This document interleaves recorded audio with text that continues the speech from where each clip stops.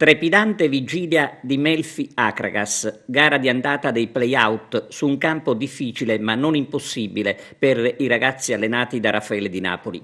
Sulle condizioni dei suoi Di Napoli non ha dubbi, la squadra sta lavorando bene ed è pronta a scendere in campo domani con tanta voglia di regalare alla città di Agrigento la gioia che essa si merita. È quello che ha ribadito anche oggi lo stesso mister. Importante è rimanere umili, senza farsi prendere dalle emozioni, sperando che la fortuna possa finalmente dare una mano ai biancoazzurri. Mister Di Napoli, 2 giorni la sfida contro il Melfi, quali sono le sue sensazioni? Le sensazioni sono sempre positive. Ho un gruppo che sta lavorando bene, c'ha entusiasmo e l'umiltà giusta per affrontare questa gara. Spero solo che l'emozione non fa da padrona, ma sono sicuro che sfodereremo una grossa prestazione a livello emotivo. Cosa serve per battere il Melfi?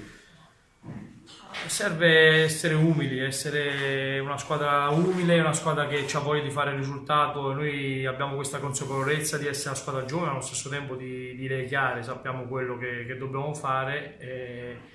Ripeto, queste sono partite che magari hanno l'emozione, può farti fare delle cose sia in positive che negative, ma io sono convintissimo che questi ragazzi giovani faranno una grande prestazione. Firmerebbe per un pareggio? Ma io prima di cominciare la partita non dobbiamo firmare per niente, noi dobbiamo essere ambiziosi.